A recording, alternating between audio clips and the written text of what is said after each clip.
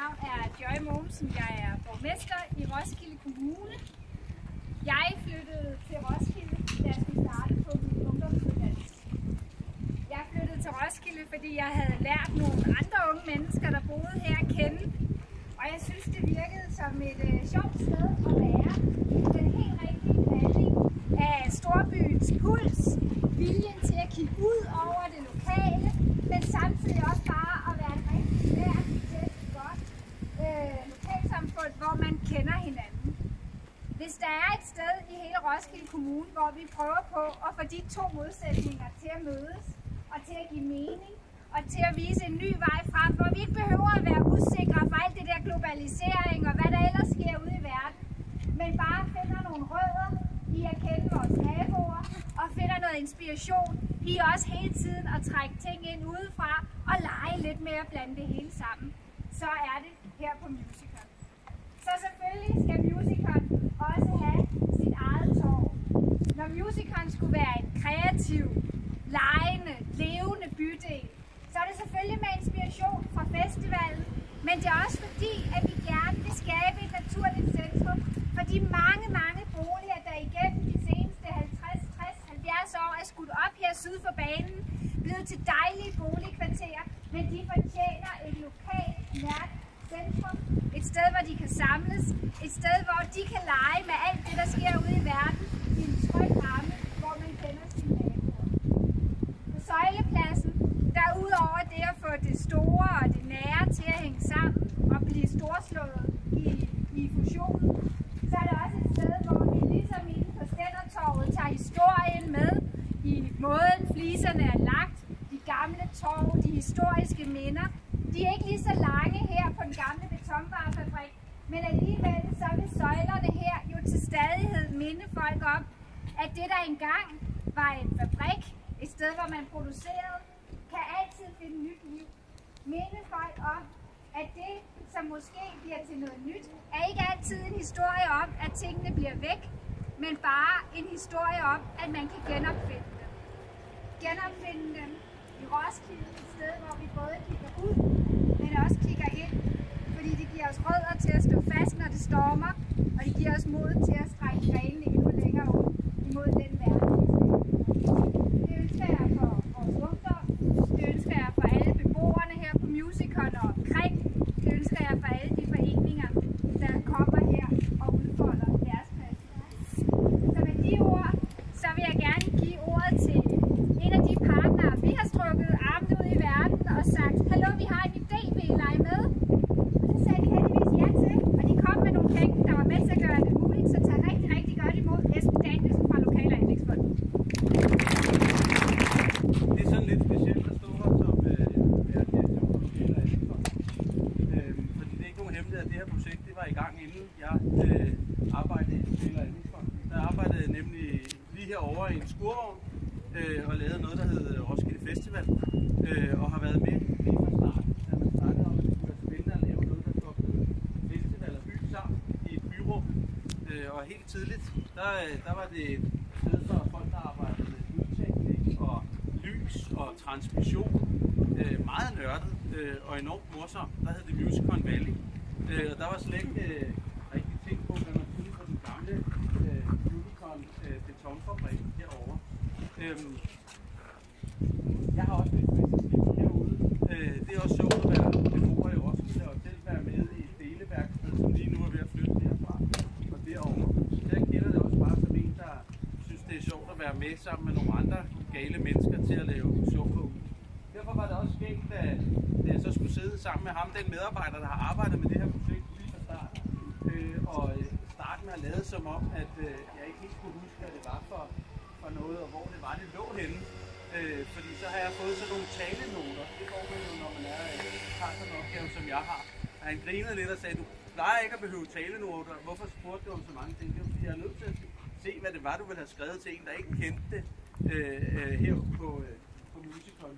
Og Lokal- og Anlægsfonden, det er ikke sikkert, de kender, men det er en lille og meget speciel konstruktion i hele verden, der handler om, at de glade ildsjæle, der bygger noget til fritidsliv, de gør det for det meste én gang i livet, og derfor er det en god idé, at nogen samler erfaringerne, så man ikke starter forfra hver gang. Det kan være en spejderhytte eller et spillested, Det kan også være en idrætshal eller et spændende område nede på Kildegården, som lige er blevet sat i gang. Men det kan også være noget helt andet, nemlig de allervigtigste mødesteder i en ny bydel. Det er det, vi står ved her. Når vi støtter et projekt, så er det fordi, det skal være et eksempel for andre steder i Danmark. Og mange steder har vi ikke en plads i byen, som det meste af tiden er tom. Det meste af tiden, der er pladsen egentlig går lidt i kanten af, fordi den er så stor, at vi ikke tør at gå ind over. Og så er det rigtig sjovt, når der er sovedag, eller når der foregår en eller anden større begivenhed. Det kunne vi godt tænke os, at byens plads var et naturligt sted at mødes. Og det var et af talenoterne. Så er der et sted i Roskilde, hvor de virkelig gør en forskel og tænker ud af boksen. Det hedder Musicon, skrev Oliver til mig. Og der har vi været med til at lave en interaktiv legeplads, der hed Pilsenparken, der lå herovre. Og så havde de en drøm om, at det også skulle blive til en plads, der osede af aktivitet. Men det var et rigtig svært projekt, sagde Oliver, fordi vi støtter fede nye faciliteter, og det brugerne sagde, det var, der skulle ikke være noget. Hvad var det, vi skulle bygge? Som jeg tror, Annie nede på Ens vil kalde det åbne rums filosofi. Nemlig, at man har mulighed for, at de aktive mennesker, der er, får en mulighed for at flytte ud med fed aktivitet. Og det bliver spændende, fordi Lars, der står der og arbejder med kultur her, kan se, at det er sådan, at alle, der flytter ind her, giver en lille del af deres husleje, eller hvad det nu hedder, til en aktivitetspulje, som man ikke kan lave fede aktiviteter, for eksempel på den her plads hele tiden. Det er lidt pænt.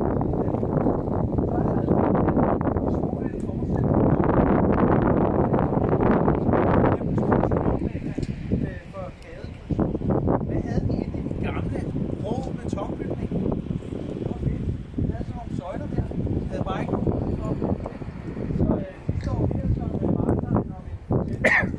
Jeg var herude, da der var Happy Moves, for DGI havde fart på for nylig. Der så jeg, at der var floorball over hele pladsen. Det er sgu fedt, hvis den kan blive til alt mulig aktivitet hele tiden. Og så må jeg lige have som facilitetsfolk, at vi leder lidt efter murstenene, når vi kommer til fed belægning, sjov lys, der kan arbejdes med, en grejbank, hvor man kan lege nogle fede ting hele tiden, og også få lidt koldt at drikke. Det er jo helt perfekt, at grejbanken kan det. Er det andre dage end i dag? Det vidste jeg ikke. Så jeg tror, jeg vil banke på noget oftere.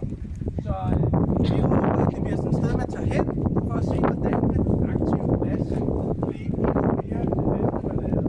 Og til det kan også brede sig op til Hestetorvet, Stændertorvet, andre steder i byen, og ikke kun til Torvedag, men når vi laver alt. Det er med stolthed. Vi skal prøve at åbne. Skal jeg den vej? Fordi vi er lidt spændt på, hvad der sker nu, ikke? Jeg tror godt, vi kan stå her. Jeg var bare bange for at gå ved at falde ned. Nå ja, men det er også alderen taget i tanke. Ja, tak. Vi har nemlig fået at vide, at de kreative folk her bag pladsen, de har ud over søjlerne valgt, at den skal have et andet sådan genskær af historien, der bare bliver født på ny i en moderne kontekst. Og det er, at op ad de der dyser, som du faktisk passe på, der åbner vi simpelthen pladsen, ikke med et traditionelt snorklip, men med at vi sætter noget vand i gang, som minder om dengang de store betonelementer ligesom kom kørende herind og skulle bearbejdes, for der skulle der også være stået sådan et skær eller et eller andet op fra arbejdet med dem. Sådan så med de ord, så skal vi vel bare have en nedtælling, der skal have 3, 2, 1, nu! Voilà. Velkommen til.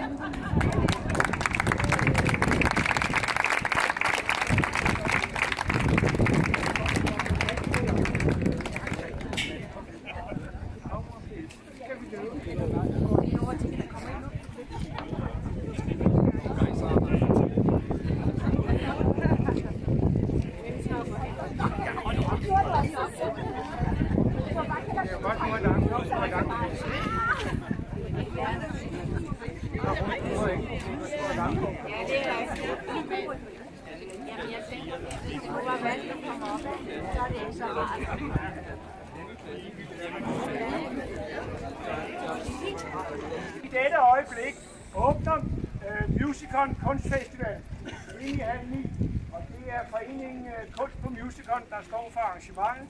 Det er 60 kunstnere, der udstiller, og det er 6. 7. år i træk, vi gør det, og den er endnu bedre og endnu mere spændende, end den har været før. Så giv jer tiden, inden I går hjem. Gå lige igennem hallen, snak med kunderne.